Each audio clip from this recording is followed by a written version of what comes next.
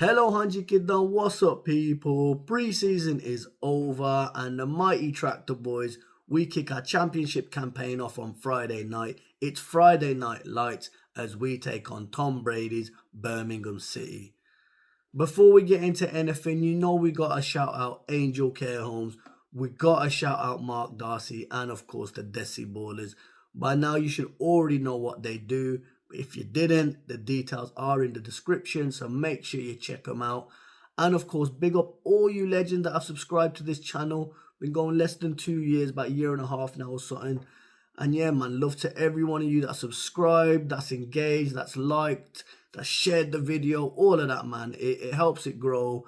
And of course, the comments, man. Really, really love the engagement in the comments as well. Really good to hear your thoughts and everything. And someone told me I need to start setting like targets, man. So we're going to set a like target for this video. And seeing it as it is, I can't even speak, but seeing as it is the first video that I've done since the King, you can see his shirt, his match-worn Premier League shirt over my shoulder there. But seeing as it is the first video since he left, I think it's only fitting that we go for a like target of what was his first squad number at town, which was 55. So yeah, man, let's see if we can get 55 likes. I'm hoping we can, man. I'm hoping we can get more than that, but I'd love to say let's get 555, but let's be realistic. If we can get 55 likes, man, that would be absolute love. And of course, big up all the legends that have supported on Ko-Fi as well. That's obviously helped me purchase more things to support the channel, be it different software, the camera, the mics, all of that, man. Big up all you legends. And those particular legends, make sure you get in contact with me, because if you remember, we did all that little AI pictures of each Ipswich Town player as an action figure, and they all signed their own picture. So yeah, man, choose one. It's on your way to you. Just let me know which one you want, man. But yeah, big up all you legends. And if you ain't already and you're watching it and you ain't subscribed, why not, man? Click subscribe now. I'll wait. No, but hurry up, man. It takes a second. Just, there you go. Yeah, man. But yeah, let's get to it then. It's only right that we went big for the first match preview. I had to reach out to my brother, Mr. Sukh from Panjabi Blues. Now, if you're looking at the video and you watch it and you've seen the Tom Brady documentary, then you know who Sukh is. And he's not gone Hollywood on me yet. I'm still contacting him through WhatsApp. So we're still answering my WhatsApp messages. Haven't had to go through his agent just yet. I say yet. But yeah, man, he's throughout that Tom Brady Birmingham documentary. If you haven't seen it, make sure you check it out. It is a decent documentary. And obviously, big up the legend that is Sukh throughout there. But yeah, man, it's worth a watch. And it's a really nice scene as well. From a personal point of view, being a Punjabi Sikh man, seeing him, in the Gurdwara at the beginning and all the rest of it, and talking about, his other faith and his other love, which was football. Sukh, thank you for joining us today as we're going to discuss all things Birmingham City, Ipswich Town, and maybe the little transfer saga with Tuba Apcon. How are you, Sukh? Tell us a little bit about yourself and what you've been up to over the past couple of days. I'm all right, man. How you doing, Callie? You're right. We're just getting ready, mate, for the first game of the season, and we're doing a bit of community work with the Blues. Just really looking forward to it now. Been to a couple of pre-season games.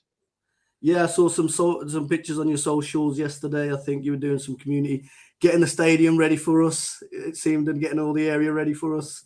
Oh, mate, we're ready for you. Don't worry about it. I think we were just basically doing a bit of our local community work with the OSC. It's like, just letting the locals know that we do care, kind of thing. And we did a litter pick, basically. We had about 150 people there. And for those that may not know what OSC means, obviously, do you want to explain a bit about that and your role as well? Yeah, sure. So it's the official supporters club for Birmingham City. We've got 78 branches worldwide, going from like Los Angeles to Western Australia. We've got 7,000 paid members at the moment. We've been running about a year, so it's doing really well. And obviously it's bringing the Blues family closer together. It's nice. We do a lot of community work and we do a lot of fundraising. Yeah, certainly seems a lot around socials as well. I see a lot on there and on your socials as well. Like I said, all the way in Los Angeles, people swapping palm trees for the boring. I don't know, not personally for me, but yeah, all good. And just we talked about it just a second ago in terms of getting ready. So look, let's talk about it, right? Tom Brady's Blues, if you want, right? So there's been an ownership group that have come in with Tom Brady and Tom Wagner. I think Wagner's the main investor, and I think Brady's come in. From the outside looking in, the picture is they come in, they got you relegated, and then they've got you promoted again. So whilst there's a fanfare, and look, as Town fans, we get it. We had, when our ownership group come in, we didn't get promoted out of League One straight away. We went the following season, but there was a lot of support and I guess a togetherness and all the rest of it. So because the ownership come in and you went to relegate, how has that togetherness stayed? And I mean, from the outside looking in, it seems like there's a buzz, but is it justified? Yeah, it's definitely justified. I think what it is with Blues, people don't really know the true story of it. I mean, I know the documentary's come out now on Prime. Sorry, documentary, little plug. If you're recognising him, he was in the doc. I haven't had to go through his agent just yet, so we are going through WhatsApp at the moment. But there may be a time where we're going to have to be reaching out to his agency to get him on these shows and all the rest of it. But yeah, check out the documentary on Amazon. Sorry. Yeah. Well, it's come out now, yeah. And obviously it pretty much runs through quickly what happened at Blues over the last, since 2011. And I think people need to realise that we've been through some hard times, over the last 12 years. So finally kind of like getting rid of these old owners was a massive, massive thing. And there was a lot of Blues fans who came together, various demonstrations, just lots and lots of things to get these guys out and, get the EFL, get people out there to hear our voice. I mean, you look at Sheffield Wednesday, what they're going through. You look at Morecambe, you look at Bury, what happened to them. And we was kind of falling, you know what I mean? And it was quite evident that this was not going the right way for us. And with the help of the people that have come in now, people like Jeremy Dale and Craig Gardner. Jeremy Dale's CEO of Blues who came in, and we've got Knighthead Capital who took over Blues. Without these guys, it was doom and gloom with Blues. We've kind of been circling around in like relegation, the bottom half of the championship for the last 11 years. So they've come in. Everyone knows the story. We had John Eustace in charge. He had a 6 in the league. I think it was a bit of a fake 6, but John Eustace was a good guy. It wasn't really a genuine 6th place. We'd literally just beaten, I think, Huddersfield at home, and then we beat West Brom, I think, at home as well. And then that kind of like, it was quite early in the season. So they're obviously new owners. You know how it is. They've come in, they want to find their own man. They want to put a bit of a mark on it. They brought in Wayne Rooney, and obviously everyone knows the story after that. And it was literally a domino effect. Wayne came in, did obviously 15 games. It was terrible. Couldn't get it right. Then you've got Tony Mowbray came in, and Tony had a bit of ill health and had to just stop. And you could see actually it was changing with Tony. You could see things were getting better. He had a bit of ill health, and then his number 2 stepped in for a while, Mark Venus. He didn't really. He couldn't do it the way Tony was doing it. And then we've had Steve Spooner step in for a game. Then we've had Steve Spooner's ex-under-21s coach for Blues. And then we've had Rowett come in for the last 8 games. And Rowett was there to try and save our season, and unfortunately it didn't happen. We went down. But the fans, this is what, going back to your point, so the fans weren't really upset. I think the thing was, we was upset. We was all hurt. Last year of the season, 3 chances to stay up, 3 teams that could have gone down. We won our game against Norwich, and the other 3 just miraculously on that day won, when they've suffered all season just like us. So it was meant to be, basically. And I think, end of the day, I think it was a good thing now, because we went down.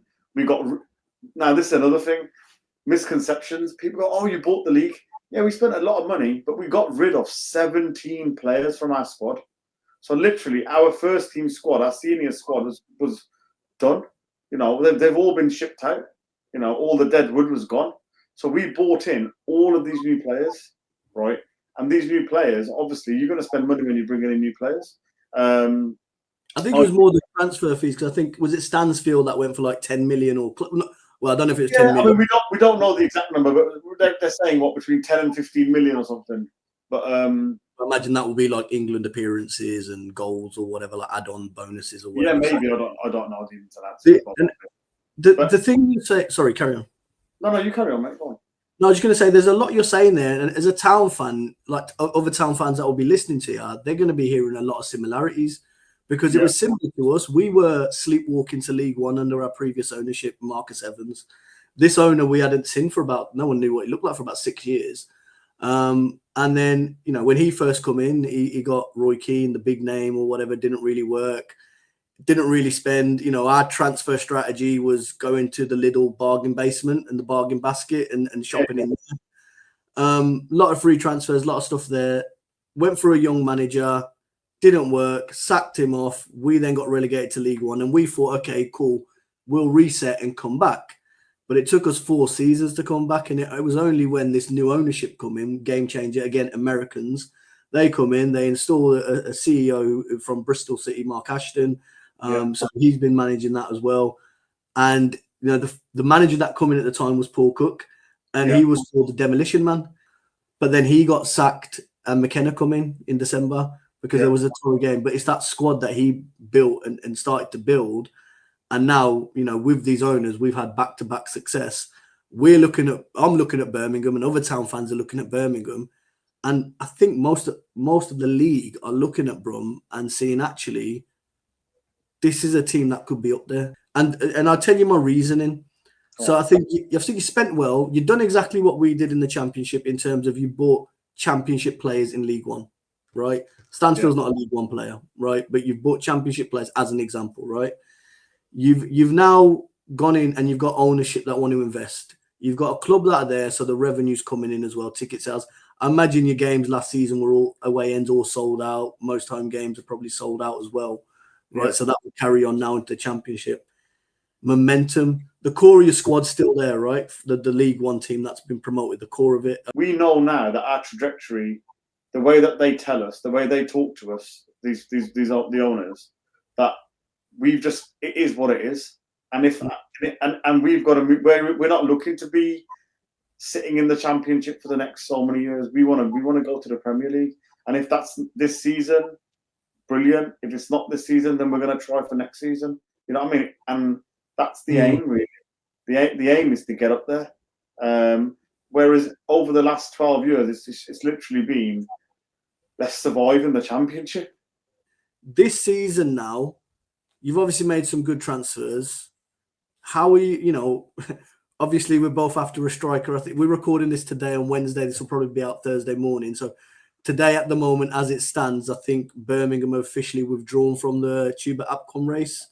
I mean, look, it's like this, isn't it? If we were still if we're looking like, you know, a lot of teams do that in the Championship in League One and League Two, there's no drama. But when you're trying to go for better players, you know, players that do certain things, then you're going to have competition. You see it in the Premier League with Arsenal, Man United. It's going on now with Man United and Newcastle. You know, Newcastle are struggling to get players and all that kind of thing. And you guys have just come down. Yeah, you've got a lot of parachute payment money. You've got money in the bank. Yeah. So like even with the Akpon guy, it's like this. If the guy chose Ipswich, if that's what actually happened, because obviously media's media. We don't know. Yeah, we don't. No one knows the truth. Yeah, they can write whatever they want for a story. Yeah, if he chose Ipswich, then he chose Ipswich. We don't want him because we wouldn't want a player coming to Blues who doesn't want to be at Blues. We only want guys to come to Blues that, you know, when they hear the opportunity and they buy into what the owners are trying to do, what Craig Gardner's trying to create, what they're trying to create. If they're going to buy into that, brilliant. If they don't want to buy into that, we don't need him.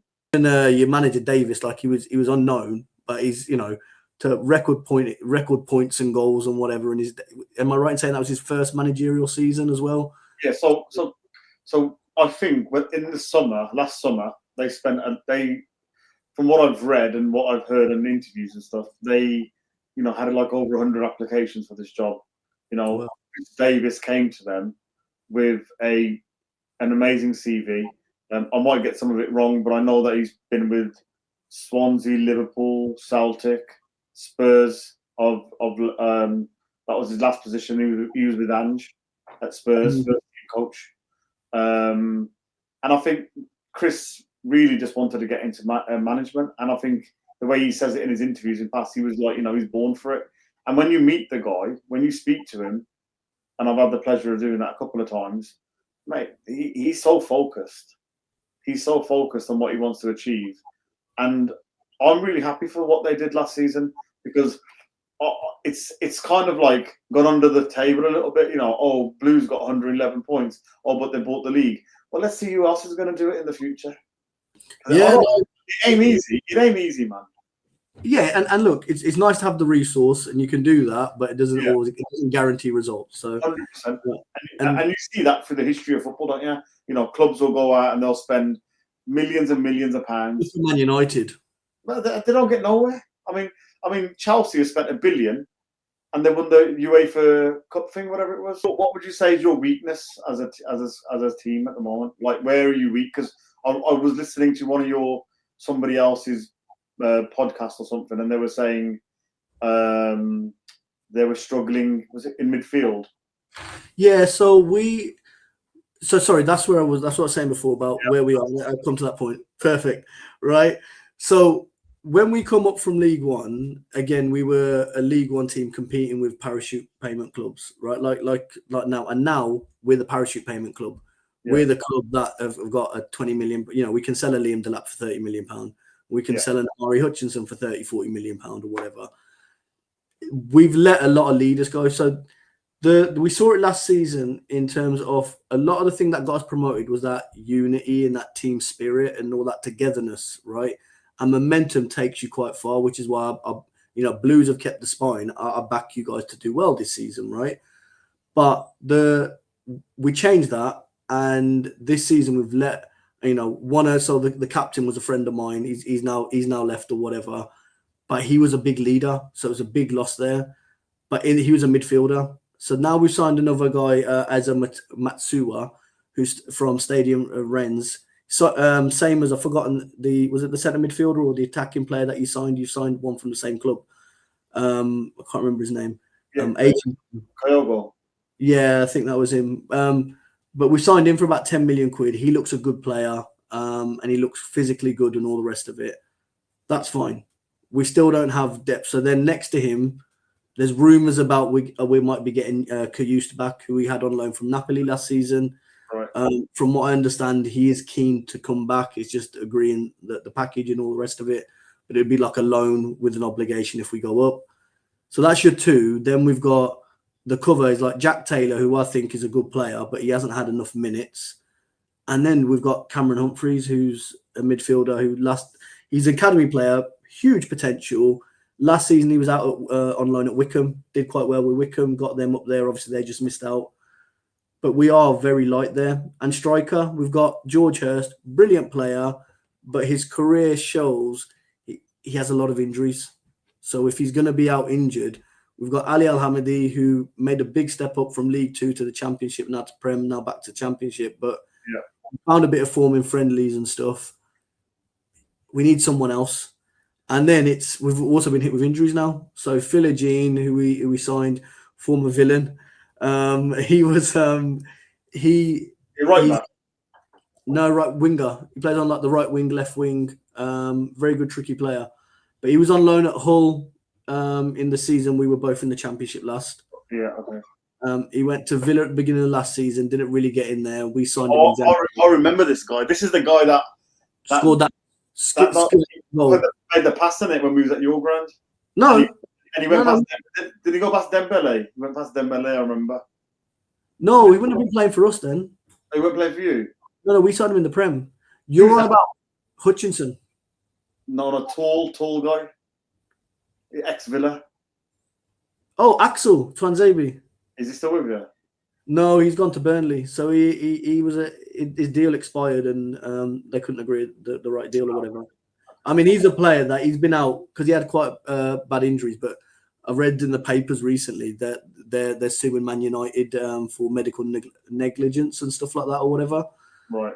There could be something in that, but he's a player that if he stays fit, he's no disrespect to Burnley, but he's bigger than a Burnley. He is a mid to top Premier League player when he's fit. But yeah, we're in a situation where we can spend a bit of money. We can go out, spend a bit of money, bring a player in. But I just think if we get a couple injuries, that's when it gets a bit tricky. Yeah. Because if a Jack Clark gets injured, Wes Burns isn't back till November. Ogbene's come back from a big injury. He was out from September last year. So he's going to be a bit cautious. We're a couple of injuries away from playing, our right back Ben Johnson, or he's more a wing back, but playing him as a right winger. Just very quickly then, I just want to go through opposition view in terms of what are your memories of Ipswich Town and what do you think the threats would be, or the things that you need to look out for on Friday? So obviously might as well just talk about the season before you went up. The home game, we should have won it, and we've given it away, I think, in the end. And fair play to you, like you come back and you got the draw. When we was at your ground, I think we got it to 1-1, didn't we? Was it 2-1? Yeah, we lost, didn't it? 2-1 or 3-1. Yeah. But when it was 1-1, I think at that point we had an issue with Dembele that used to play for us. He was from Peterborough, and he had an issue that he wouldn't track back, and there was all this talk he doesn't track back. And then all of a sudden he's come on the pitch, didn't track back. Your guy's gone down the right wing and bashed it in. But I was really impressed. Yeah, I was really impressed at that time because your stadium was bouncing, the fans were loving it, and your team was really, really it had the energy. You know what I mean? It was really, really good. You were slick. You was making the passes, and I mean I don't think we was that far away from it, and I don't think we was very good at all as a Blues team. But and it's just fine margins, isn't it? Yeah, definitely. And I think it just showed that our squad was very weak. The mentality within that squad was very weak. So it's nothing compared to the type of team that we have now.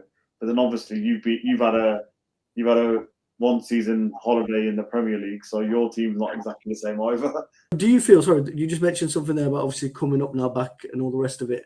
Do you feel now the squad that Blues have now is a lot better? I know obviously forget the form because on paper, the squad that went down with Blues was quite a good squad. Obviously the form went out the window, the manager, whatever.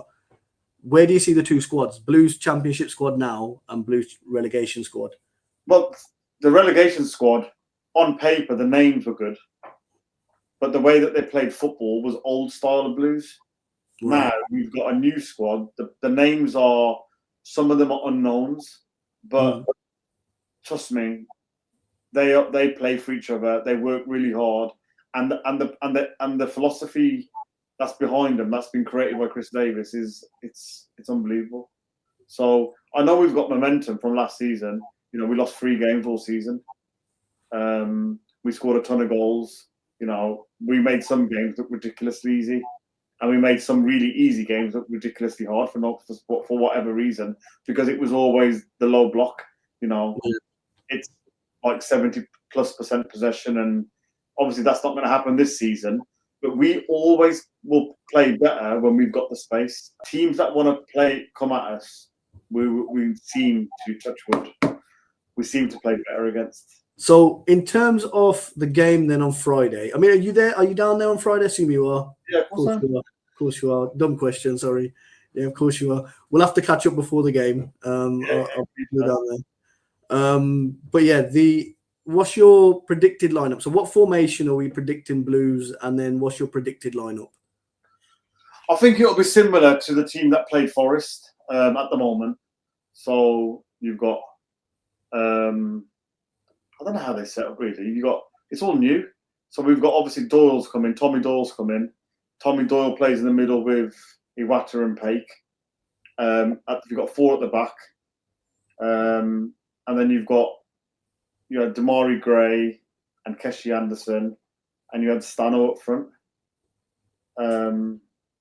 It worked. You know, it's a high press. We've got a high press. We've got a very good midfield. You know, Pate was like, he was Rolls Royce. He was unbelievable the other day. Even though it was pre-season against. Who was that? Sorry? Pate. Wait, is he Korean? That's Korean, yeah. Yeah. I think he was part of Barcelona's academy and stuff like that kind of thing. But he was unbelievable the other day. I mean, if he plays like that on Friday, I'm loving it. But we'll see, mate. I mean, end of the day, look, we'll see. I don't like to predict the scores, but I'm nervous as well. But you know, I think we've got it in us, man. I think we've got it in us to have a good game. I don't know your team enough. That's my problem. Our team will be, so we do a 4-2-3-1. That's our lineup, right? Our keeper will be Palmer, who we bought in from West Brom in January. He's a very good shot stopper. Reflex is probably 11 out of 10, and I kid you not. Distribution isn't as good, and he's not as good with his feet. He's a goalkeeper.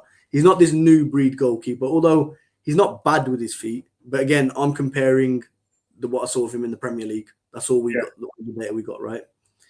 Our right back. So I'm assuming it will be Ashley Young coming in. So we'll be making his competitive debut for Town. He's gonna get ripped, bro. Yeah, he's gonna get ripped. I mean, he's gonna know it as well. You know, I'm telling you now. Yeah, he knows it already. Yeah, of course he does. Like the team, they'll discuss the team. And so then our right centre back would be Dara O'Shea, who although we obviously defensively a lot of mistakes last season as a team, he was solid and he stood out quite a lot. He's now been appointed the club captain since Sammy's left, so he's also Republic of Ireland international, been regularly involved with them all last season, so he's good, pacey, knows how to defend as well. So I think that I'm looking forward to seeing the matchup between him and Stansfield, because from what I remember of Stansfield and the conversation I had with some of the League One players that played against him last season, he's full of a lot of energy and he likes to press, a lot of intensity as well. So I'm thinking that will be quite a good battle. Well, just to add to that, if you watch the Euros, the 21s, yeah, I've seen that. When he got brought into the team in like from the quarterfinals or whatever it was, the last 16, I can't remember. His press, I think personally, I'm biased, but I think it made a difference to that England team. Oh, 100%. It's that old cliche, defend from the front, isn't it? Our left centre back will be Jacob Greaves. We signed him from Hull last season. Had a bit of an injury at the beginning of the season. Took a few games to get back, but really solid player. Again, one of these kind of new breed defenders that like to play a bit of football and can find a pass as well. Our left back, this is where it gets a bit dicey. So Davis, who would be our starting left back, and you know we signed him from Leeds. He got the most assists in the Championship last time. I think he's got record assists for any player in the Championship when we went up. Okay. He's delivery on point, right? And he's really added to his defensive side of things as well. But he was out the last couple of friendlies because I don't know if he's nursing a bit of an injury. We're hoping he's going to be ready for Friday because the deputy, Connor Townsend, former West Brom man, he's now been confirmed out with an ACL, so that's he won't be here. We're unlikely to probably see him in the Town shirt again because his contract runs out in the summer as well, next summer. Right, yeah. So we could go completely left field and play the academy lad I was talking about, Cameron Humphreys. Okay. We played him in League One. We played him at left back a few times, so we could end up doing that. Otherwise, we could. The other scenario would be to he'd move Jacob Greaves out to the left. And we brought in Cedric Kipre, who used to play for West Brom on loan. We've just bought him from a French club on loan. He's a left-sided right back. Sorry, he's a left-footed right back, but he can play on the left as well. So he'd probably slot in there. So the defence all depends on Davis. Our two in the midfield, even if we sign Jens, he hasn't trained enough or in time. So it'll be Azo Matsua, who's the new lad we brought in. Looks a really good unit. and Jack Taylor. Again, he was with us at the championship. He can find. He likes to have a shot, edge of the area. He likes to have a shot, but he likes to jump in as well. He likes to find tackle. Very, typical number 8, right? Although he's got the technical ability of a 10 as well. On the left, we'll play Jack Clark, who was phenomenal for Sunderland in League One and the Championship. We signed him for the Prem last season. Took him a while to adjust, but he had brilliant flashes, brilliant moments. Really tricky player. Really gets at players. We'll have players backpedaling. That's his type of game. He also likes to wear shorts that are like 10 sizes too big for him, like he's a basketballer or something. So if you're wondering who Jack Clark is, just look for the one with the triple XL shorts or something. In the 10 role, Sammy Schmodix, he'll probably be playing there. He's come back from his injury, looks to be fit in pre-season. And last time he was in the championship with Blackburn, he was a top goal scorer in the league. So he can find the onion bag. And on the right wing, I think that's where we're going to see. Normally it would have been Jaden Philogene, former Villain. It's likely that he's out injured, so I don't know how long. So it's probably going to be Cheo Bane, who we bought from Luton, started off the season really well last season, then got an injury around October time maybe, and hasn't, big knee injury, and hasn't featured, and has only featured now over the pre-season stuff, but looks good. So I think he'd be there, and then up top would be George Hurst, he's been now given the number 9 shirt, but again, quality player, scored in the Premier League as well, really likes to hassle players.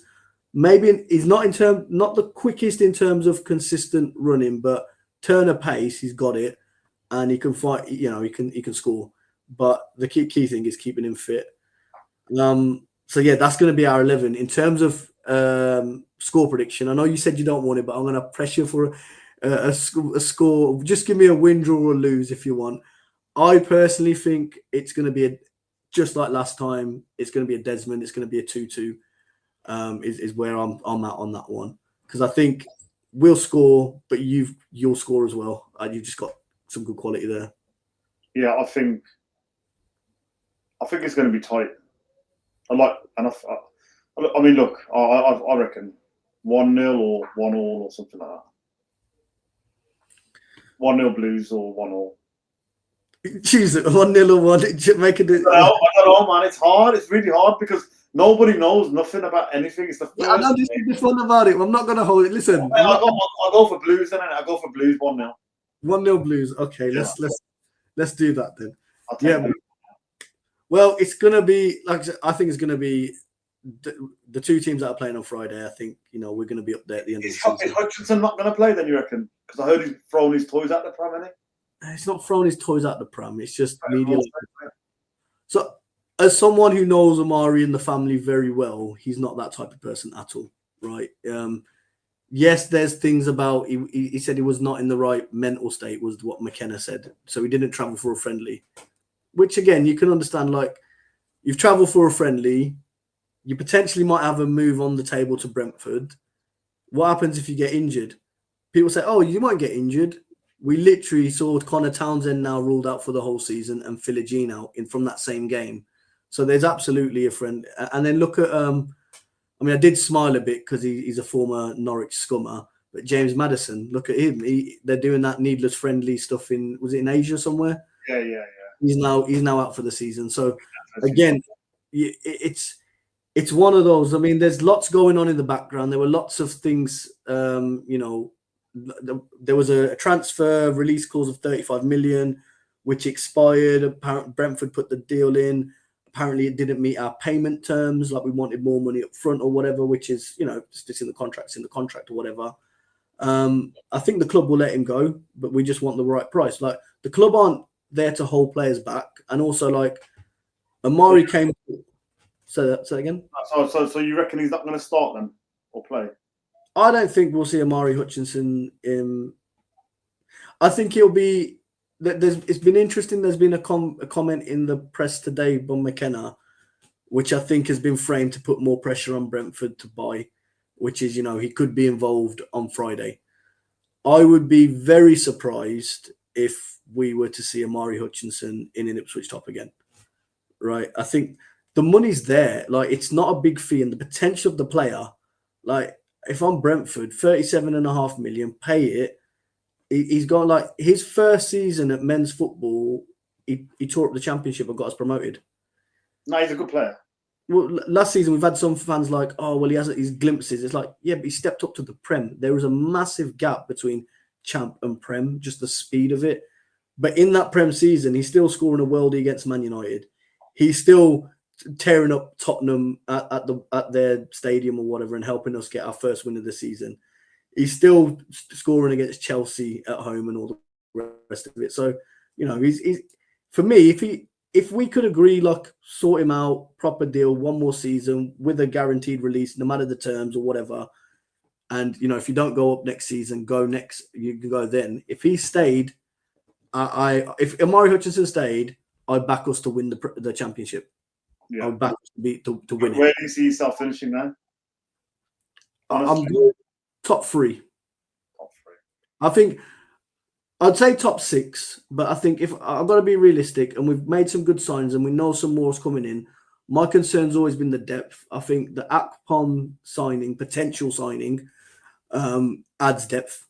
I think if we get Karius as well, that's Karius in the championship will be brilliant. You know, he's a Rolls Royce of a midfielder. And I think now we just need to go in and find a left back as well. Your strongest area of play is up front then, yeah? I'd say like the three behind up front, because we've only got two strikers. Okay, yeah. Whereas we've got, you know, as it stands, if we include Omari as well, we've got Omari Hutchinson, Philogene, Jack Clark, Ogbene, Wes Burns, Sammy Schmodix, Connor Chaplin. It's going to be a crazy midfield battle, you know. You got Iwata, Paik, Tommy Doyle. Well, I rate Tommy Doyle as well. When I saw you guys sign him, I was a bit miffed as why we weren't on it, because we needed a midfielder as well. But a lot of my family, they're all in Wolverhampton and they're Wolves fans, so you know they've talked about Tommy Doyle and we've seen bits of him over the years. But he looks like someone, if he got regular football, he's good, mate. He's good, man.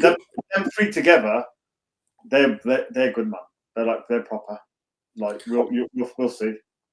And like I said, look, aside from Friday and when you come down to Portman Road, I genuinely do wish Blues the best of luck, right?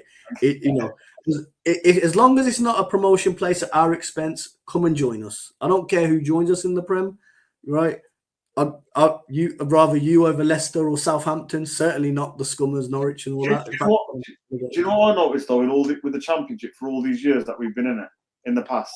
It's like there's always some team that's going to come from nowhere. There's always one team that comes from nowhere and does something. I think there's some really good teams in the Championship. I think you've got yourselves. So we're just on that then. Who do we think is top six? Because I agree. There's some. I think the top six is going to be very strong this year. If you go from obviously what's come down, so it's you guys. So it's Ipswich, Southampton. Who's the third? Leicester. See, I'm not rating Leicester this season. So I would say Ipswich and Southampton are in the top six. From last season, I would say Coventry.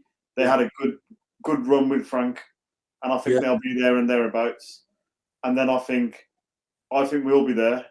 So we're the fifth team, and then the sixth team. I think it could be a number of any teams. When it comes down to it on Friday, I think it's going to be momentum. So first win's massive, right? Now if no one get a win, I think it's going to be a tough place for us to go there. That's why I think it's going to be a draw, right? Yeah, it's gonna be hard because it's gonna be wild, man. Last time we went to a crowd that was turning, right? They were pissed off, right? We went to fans that were pissed off. They were fed up, right? That's the last time. Now we're going to fans like it was like you just said earlier, when you come to our place when we played you last time, the place was bouncing. That 12th man.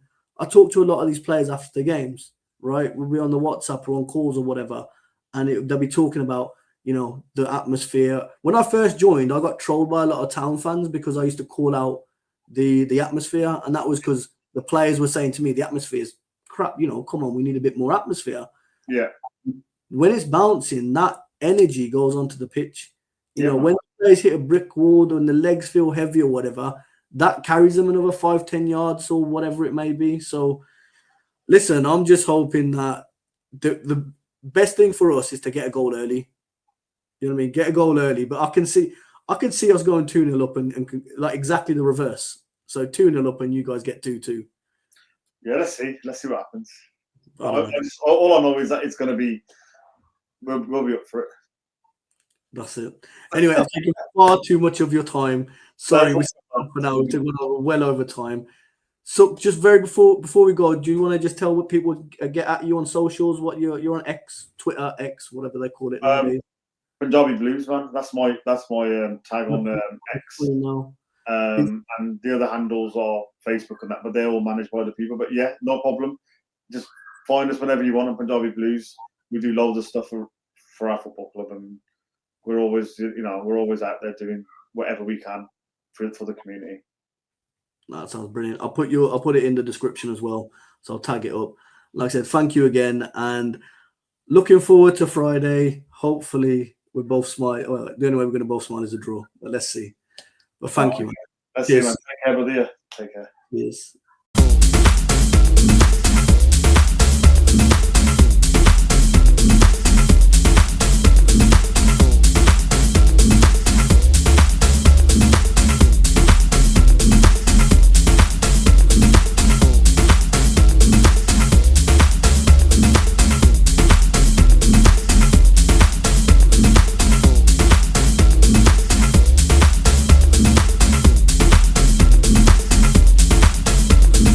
Get your mind right, bitch.